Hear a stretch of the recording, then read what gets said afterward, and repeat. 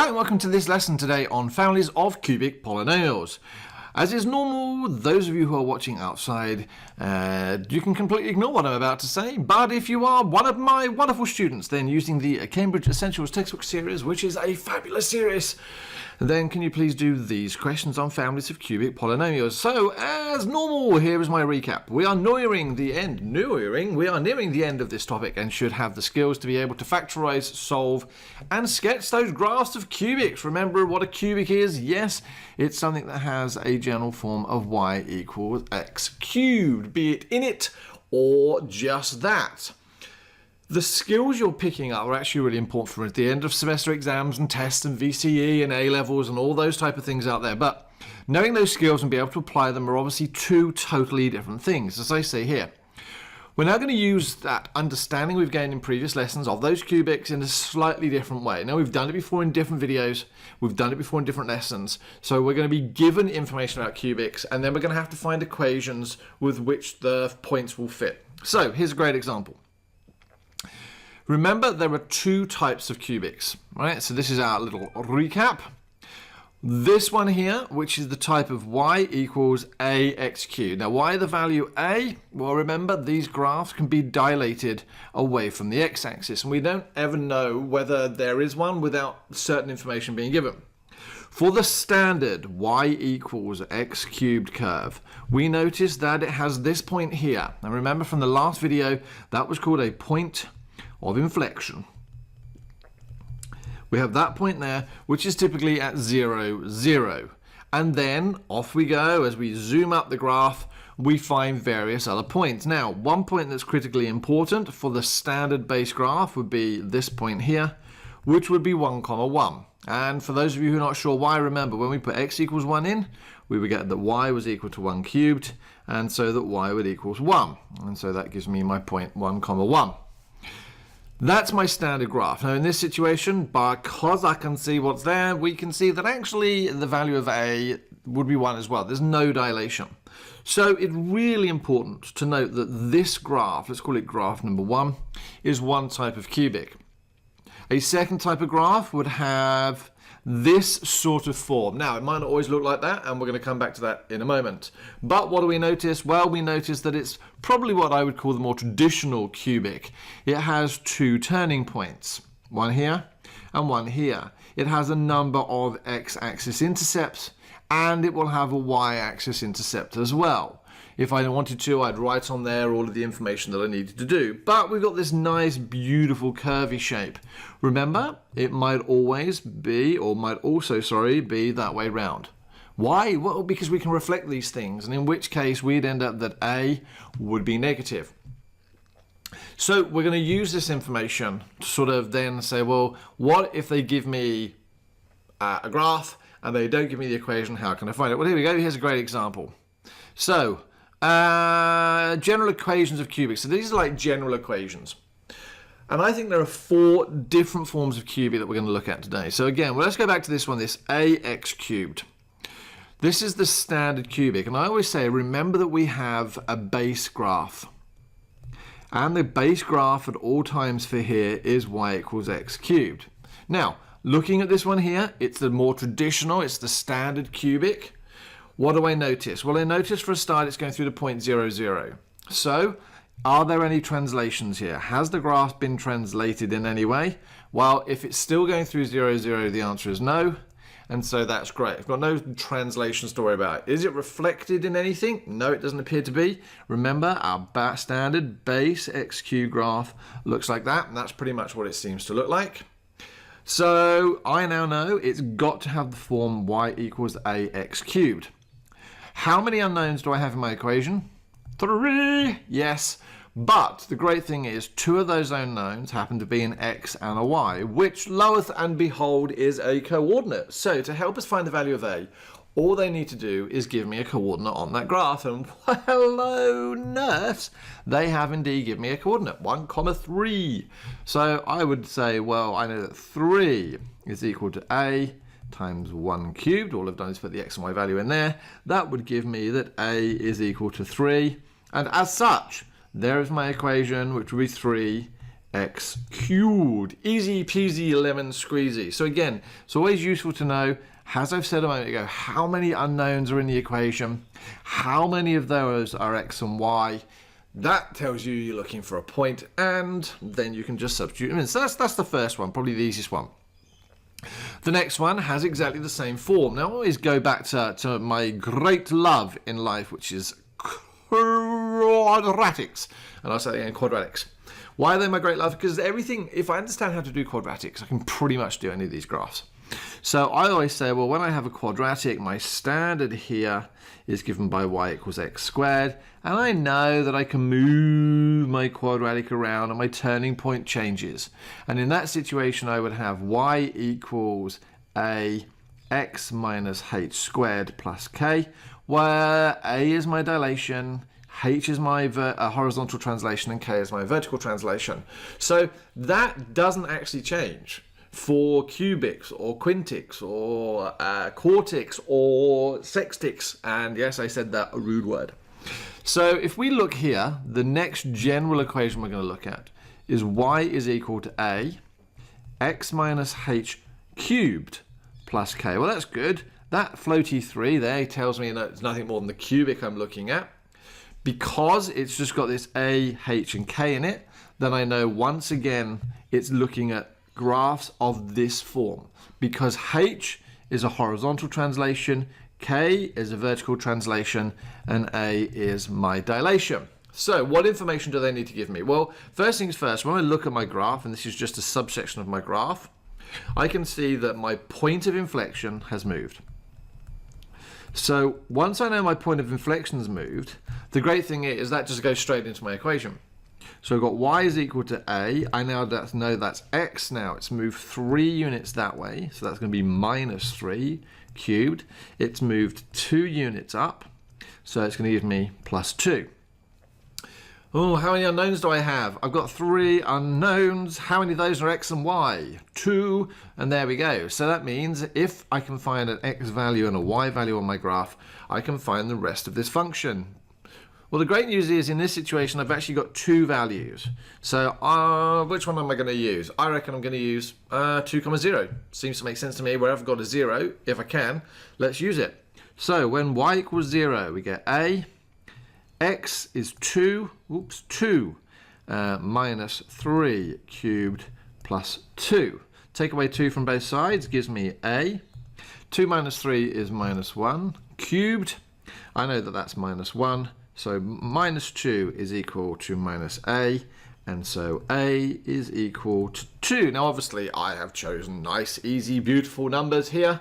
And so what does that now mean? Well, remember, you would have to then put it back into your equation to write down what it is that that equation actually is. So because it had this form here, and I know what h and k and a are now, I could say that my equation is y is equal to 2 brackets x minus 3 cubed plus 2. Okay, so again, they've given you a general form.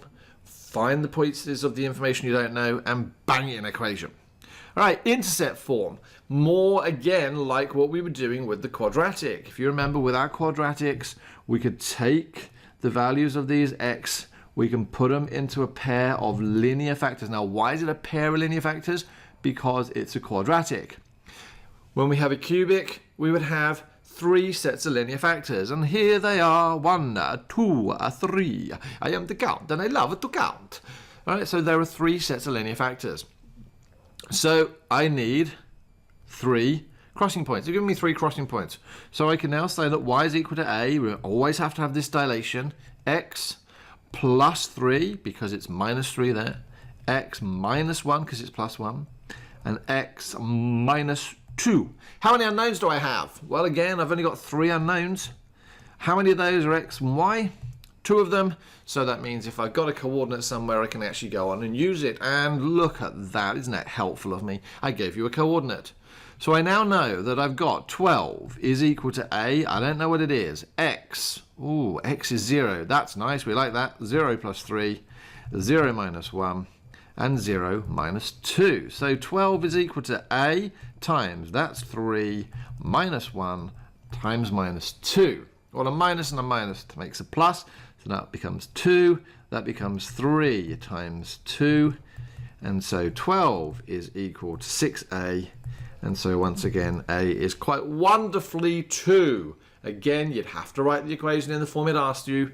So here I would be writing on my graph y is equal to 2 brackets x plus 3, x minus 1, and x minus 2. And sorry, the fact that I've run out of room.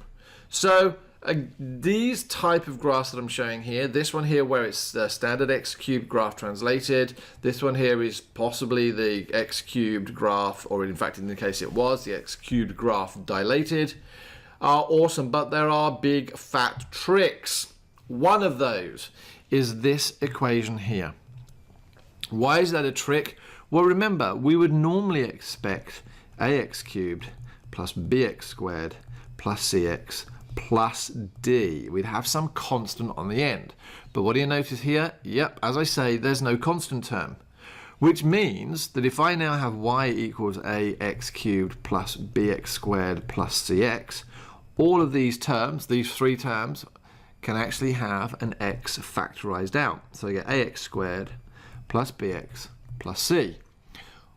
Well, if we were trying to find x-axis intercepts, then ultimately we're going to end up with two linear factors here. So I'm going to have y equals x times one linear factor and another linear factor. I don't know what that's going to be. And what do I end up with when I'm trying to do this with a null factor law? So I'd end up with 0 is equal to x times blah, blah, blah, blah, blah, blah, times x, blah, blah, blah, blah, blah. And that would mean that x is equal to 0 would be one of my solutions. What does that mean? Well, ultimately, it just means that the graph is going to cross through the origin. Ooh, origin. Like it, right? So the reason this is a trick is we use it ever such a lot in mathematics. One of the questions that's in the textbook actually does that very same thing. It tells you that x goes through the origin and just touches a point at 1. Now, I'm going to do an aside because those of you who are doing this textbook series, that's fine. But please remember, when a function just touches the x-axis, this is what happens.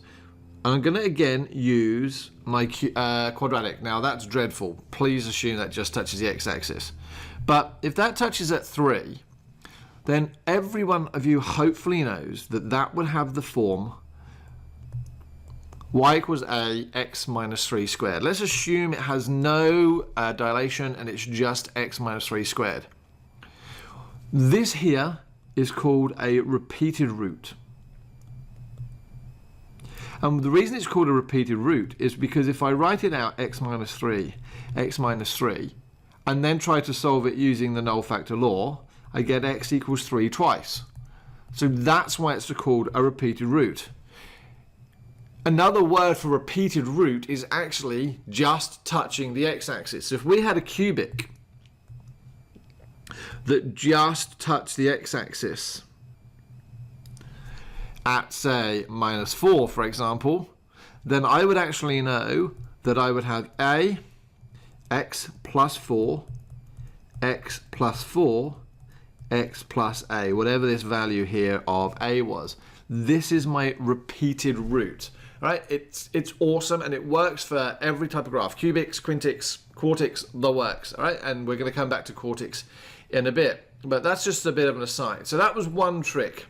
And the next one, or the second trick that they could give you, is where they give you something that your CAS is going to help you with. So no graph at all. All they give you is 4 coordinates. They're going to tell you it lies on the curve.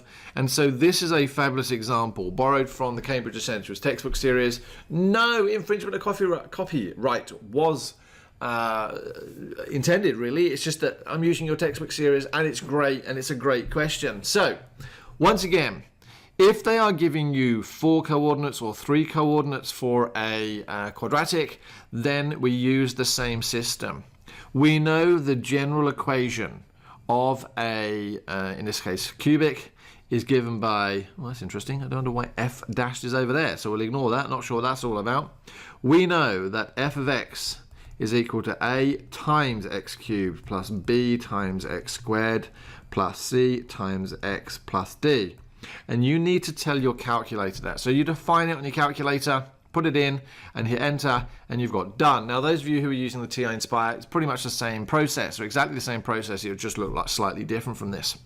Having done that, we then need to set up equations with the 4 possible spaces. Now, what do I mean by that? Well, because we've got 4 coordinates, we have 4 unknowns here. We've got A, B, C, and D we're trying to find. So we need to set up a system that has 4 gaps for 4 equations. So if you remember, you deal with that little button on the Casio class pad that sort of looks like that, and you hit it 3 times. Why do you hit it 3 times? Well, because the first time you hit it, you get that. Second time you get 3 boxes, and the third time you get 4 boxes. Having done that, what do I do now? Yup, I put in my coordinate values. And if you remember from the question, they gave you this: f of 1 equals 0, f of 2 equals minus 7. This is just another way of writing 1, 0. Now, again, be very, very careful. If they give you the coordinates, for example, 0, 130, it is really important to note that this is of the form f of x equals y. Now, yes, that actually makes perfect sense. F of x equals y, but the calculator needs you to put the x value in the brackets here. So this would be written as f of 0 equals 130, because this is my x value and this is my y value. So having put those into my calculator, I tell it I want the values of a, b, c, and d. I hit enter, and yay, lo and behold, a equals 1, b equals 1, c equals minus 17, and d equals 15. So there's my answer, isn't it? Nope, because the question was quite clear that it said it wanted the function written out. So going back to the idea that my function was originally expressed as ax cubed plus bx squared plus cx plus d, I now know the value of a is 1, so there's x cubed, and then the value of b of 1, x squared, c is minus 17, and d is 15. F of x equals, and here endeth the lesson. Thanks very much for watching. If you have enjoyed this, thanks very much. Subscribe. If not, I'm sorry, I've tried my best. Hey, give another video a try. All right, have a good day. I'll speak to you again soon. Hey guys, if you've enjoyed watching this video, why not tune in and subscribe to get updates of when I do other videos. Alternatively, click this video that's coming up now, or just zip on over to MaffsGuru.com, MaffsGuru.com, where you can actually access all the videos in a nice, easy to use way.